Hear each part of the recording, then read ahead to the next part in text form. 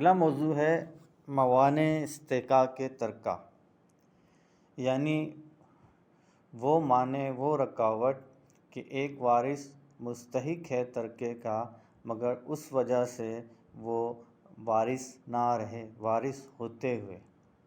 یہ دو چیزیں ہیں، ایک قتل مورث، دوسرا اختلاف دین۔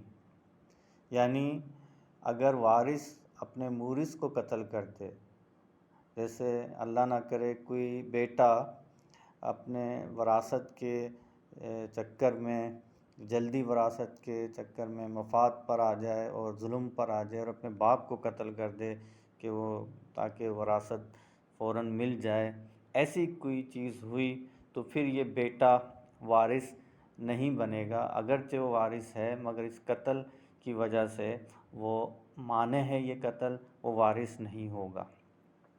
اور قتل کی اس میں قتل خطا تک کی ساری شکلیں شامل ہیں، قتل عمد، شبہ عمد، قتل خطا، یہ سب شامل ہیں۔ اور دوسرا معنی اختلاف دین ہے، یعنی حدیث بھی ہے نا کہ ایک مسلمان ایک کافر کا وارث نہیں ہوگا، نہ کافر مسلمان کا۔ تو اگر بیٹا مسلمان ہے باپ کافر ہے، یا باپ مسلمان ہے بیٹا کافر ہے، تو یہ دونوں ایک دوسرے کے وارث نہیں ہوں گے۔ تو یہ ہیں دو موانع استحقاق ترکہ۔ تقسیم میراث سے پہلے یہ اس چیز کی اہمیت دہرا لینی چاہیے کہ سب سے پہلے تجہیز و تکفین پہ خرچ ہوگا، پھر قرض ادا کیے جائیں گے، پھر اگر وصیت کی ہے تو 1/3 زیادہ سے زیادہ اس کے اندر جو بھی وصیت کی ہے وہ ادا کی جائے۔ اب ہمارا اگلا موضوع ہے وارث۔ تو وارث 3 قسم کے ہیں۔ نمبر 1 ذوی الفروض، حصے والے افراد۔ نمبر 2 عصبات، جو ہم نے اس کی فہرست بھی ذکر کی تھی، وہی بیٹا، باپ، بھائی، چچا، یہ جو قبیلے کی مضبوطی کا باعث ہوتے ہیں۔ ذوی الارحام، جو ذکر آیا کہ جو نہ ذوی الفروض ہیں نہ عصبہ ہیں اور میت سے عورت کے حوالے سے تعلق رکھتے ہیں۔ ہم اس پر اب الگ الگ تفصیلی بات کریں گے۔ سب سے پہلے ذوی الفروض،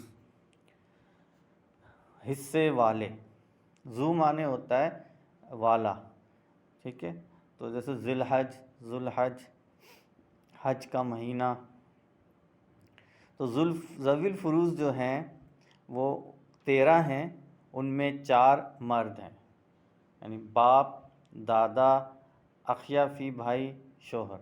ذوی الفروض پہ ہم دوبارہ دہرا لیتے ہیں کہ وہ افراد جن کا قرآن نے سورہ نساء کے 2 رکوع میں اور آخری رکوع کے آخری حصے میں اور احادیث اور اجماع صحابہ سے جن افراد کا حصوں کے ساتھ تعین ہوا ہے کہ یہ جیسے باپ ہے 6واں حصہ، ماں ہے تو 6واں حصہ، یا 1/3 بیوی ہے 8واں حصہ، اس طرح نام لے کے جن کے حصے مقرر کیے گئے ہیں ان کو ذوی الفروض کہتے ہیں۔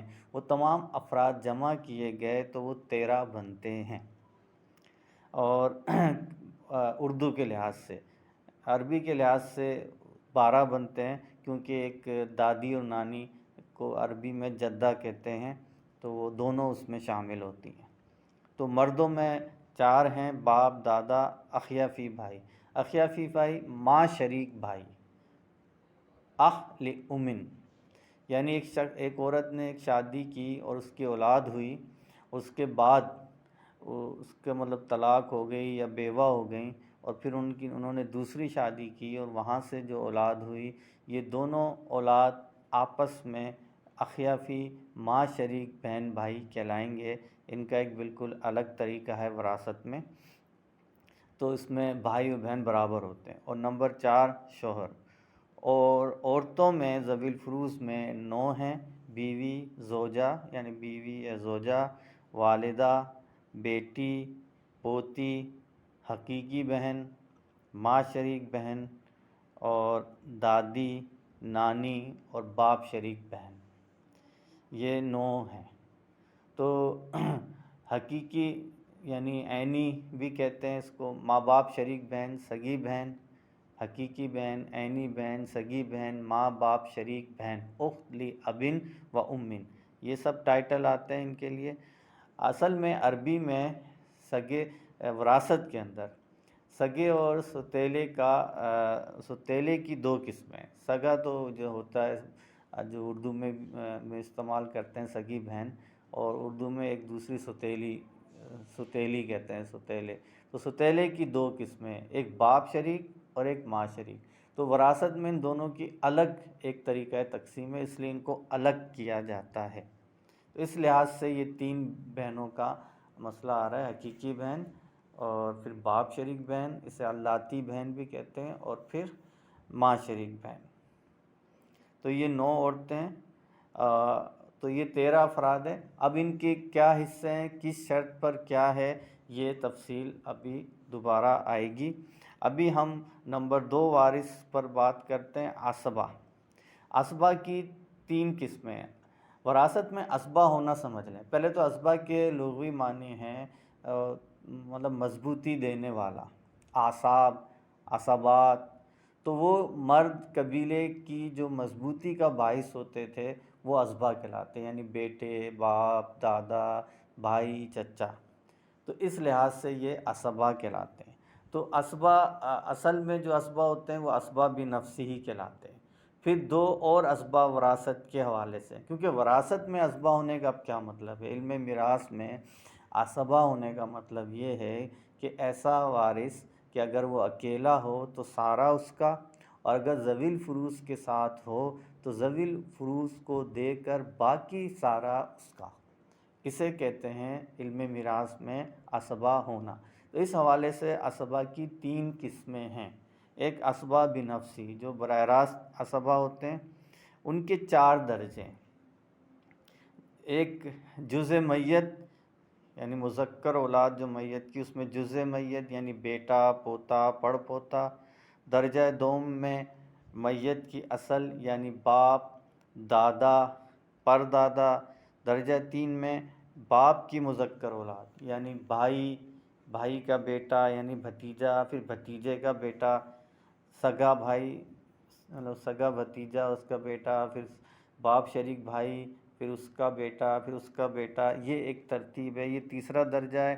اور چوتھا درجہ دادا پر دادا کی اولاد یعنی چچا، چچا کا بیٹا، سگا چچا، اس کا بیٹا، پھر ستیلا چچا۔ تو یہ 4 درجے ہیں۔ تو اس کے اندر اصول یہ ہے عصبہ میں کہ اگر چاروں درجے میں کوئی موجود ہے تو جو پہلے درجے کا موجود ہے وہ مستحق ہوگا، یعنی بیٹا اور باپ موجود ہے تو بیٹا عصبہ ہوگا، اور بیٹا یا چچا ہے تو بیٹا عصبہ ہوگا، باپ اور چچا ہے تو باپ ہوگا۔ تو اس حوالے سے یوں ترتیب ہوگی۔ اور اگر ایک ہی درجے کے 2 افراد ہیں جیسے بیٹا اور پوتا، تو جو زیادہ قریب ہوگا وہ حقدار ہوگا، یعنی بیٹا زیادہ قریب ہے میت کے تو وہ حقدار ہوگا، وہ عصبہ بنے گا۔ تو یہ عصبہ میں اصول ہیں۔ اگر درجوں میں مختلف درجوں کے ہیں تو جو پہلے درجے کے ہوگا اس کو دیا جائے گا، اگر درجے میں ایک ہیں تو پھر جو زیادہ قریب ہوگا وہ ہوگا۔ تو عصبہ بنفسی کی اس طرح ایک ترتیب بنا دی گئی ہے جو آپ کو اس میں نظر آ رہی ہے کہ اس میں نمبر 1 پہ میت کا بیٹا ہے، نمبر 2 پر میت کا پوتا ہے، نمبر 3 پر میت کا پڑ پوتا ہے۔ یہ آسانی کے لیے بنائی گئی ہے، سگڑ پوتا، لگڑ پوتا بھی ہو سکتا ہے مگر وہ عموماً نہیں ہوتے، اگر ہیں تو پہلے وہ آئیں گے۔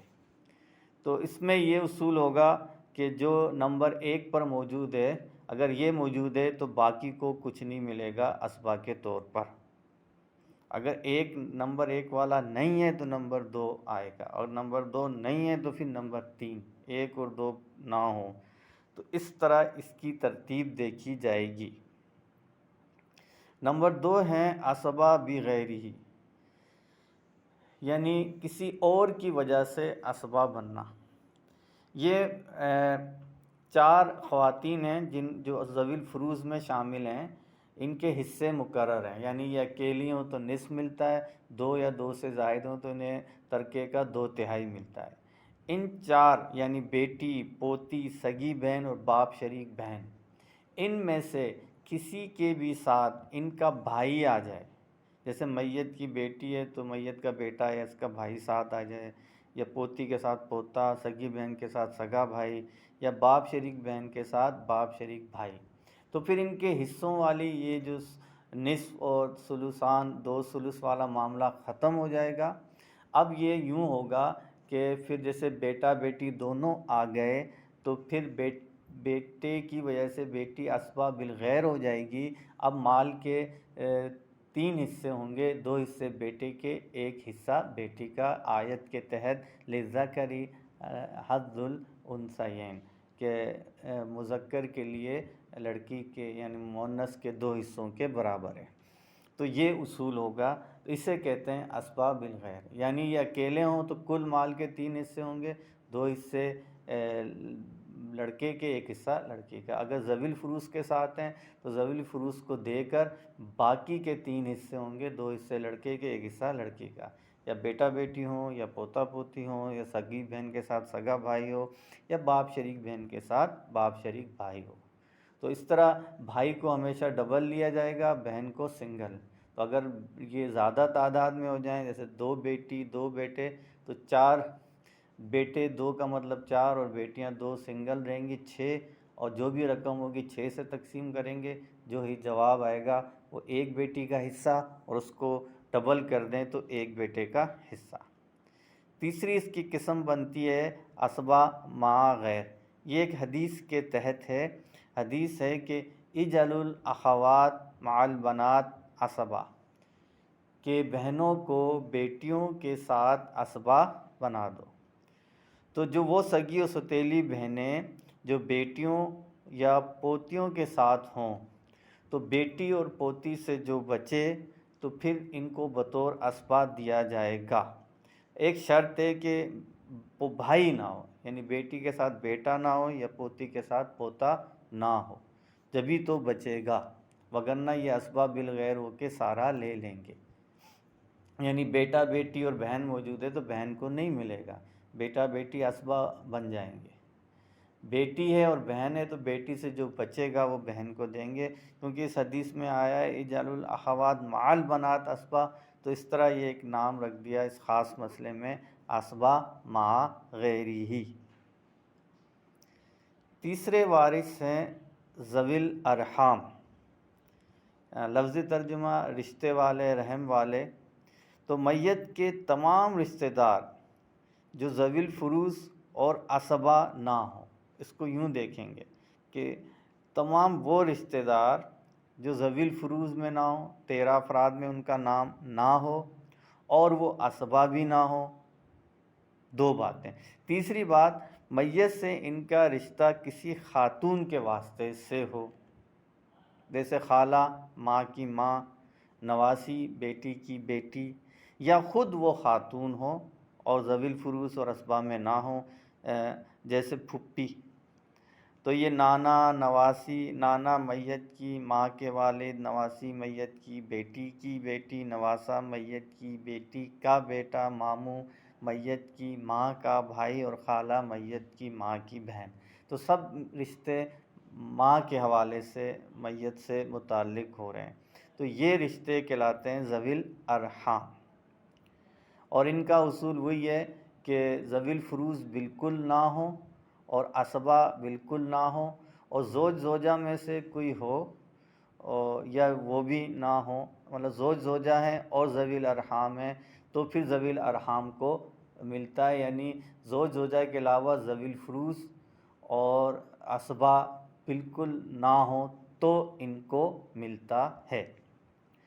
اولو الارحام کی بھی ایک ترتیب بنا دی گئی ہے، اس میں صنف اول، پہلی جو ان کی صنف قسم ہے وہ جزء میت ہیں، یعنی 2 قسم ہیں، ایک بیٹیوں کی اولاد یعنی نواسا نواسی، دوسری پوتیوں کی اولاد، یہ پہلے نمبر کا درجہ ہے، یعنی یہ موجود ہوں تو نیچے کا نمبر۔ دوسری قسم اولو الارحام میں صنف ثانی ہے، وہ ہے اصل میت یعنی نانا، پر نانا، اور اور صنف سوم تیسری قسم جو جز اصل میت، وہ بھی ہیں بھانجے، بھانجیاں، بھتیجیاں، ان کے اولاد، بھتیجیوں کی بیٹیاں۔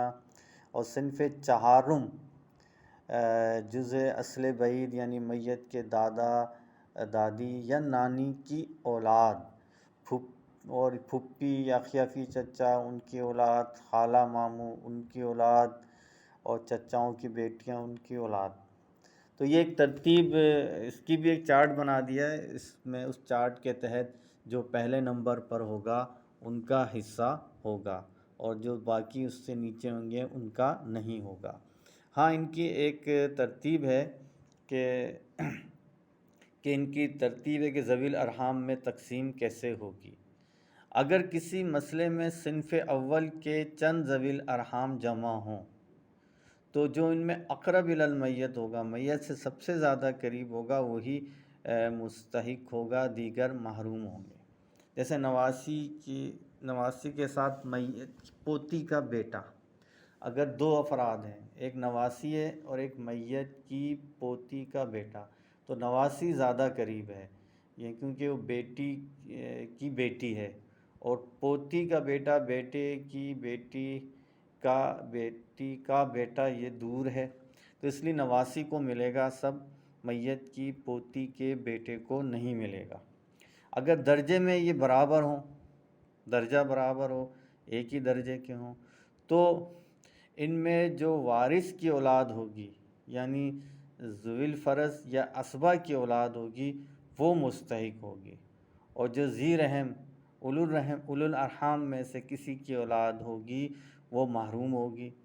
مثلا پوتی کی بیٹی ہو اور نواسی کا بیٹا، تو پوتی کی جو بیٹی ہے اس کو ملے گا، نواسی کے بیٹے کو نہیں، کیونکہ پوتی ذوی الفروض ہے تو اس کی بیٹی کو ملے گا، نواسی ذوی الارحام ہے تو اس حوالے سے وہ جو رشتہ بن رہا ہے تو اس نواسی کے بیٹے کو نہیں ملے گا۔ اگر درجہ اور میت اور حیثیت، درجہ اور حیثیت میں مطلب یہ میت کے رشتے کے حوالے سے درجہ اور حیثیت میں برابر ہوں، یعنی سب وارث کے اولاد ہوں، یعنی ذوی الفروض یا اسبہ کی ہی ہوں، یا سب ذی رحم کی اولاد ہوں، تو ان میں جو مذکر کی اولاد ہوگا اس کو دگنا حصہ ملے گا، اور جو مؤنث کی اولاد ہوگا وہ ایک حصہ پائے گی، چاہے وہ بذات خود مذکر ہو یا مؤنث، یعنی خود مرد ہو یا مذکر ہو یا مؤنث، یوں نہیں دیکھا جائے گا، بس جو ان میں مذکر کی اولاد ہوگی چاہے وہ لڑکا ہو لڑکی تو اس کو دگنا حصہ ملے گا، اور جو مؤنث کی اولاد ہوگی اس کو ایک حصہ ملے گا۔ اگر مذکر یا مؤنث کی اولاد ہونے میں بھی برابر ہوں تو ان میں ترکے کی تقسیم للذکر مثل حظ الانثیین کے اصول پر ہوگی۔ مثلا نواسہ اور نواسی جمع ہو گئے تو نواسے کو 2 حصے اور نواسی کو 1 حصہ۔ تو اس طرح یہ اصول ہیں اور ان کی ترتیب دے دی گئی ہے۔ یہ جو اس میں نمبر 1 پر میت کی بیٹیوں کی اولاد ہے، اگر یہ موجود ہے، نواسی، نواسیاں، نواسے، تو انہی میں فیصلہ ہوگا، انہی کو دیا جائے گا، نیچے نہیں جائے گا۔ یہ نہ ہو تو میت کی پوتیوں کی اولاد، یہ نہ ہو تو میت کے نانا، یہ اوپر والے نہ ہو تو میت کے پر نانا، اس بنیاد پر یہ اس طرح اس کو لیا جائے گا، باقی وہ اصول استعمال ہوں گے۔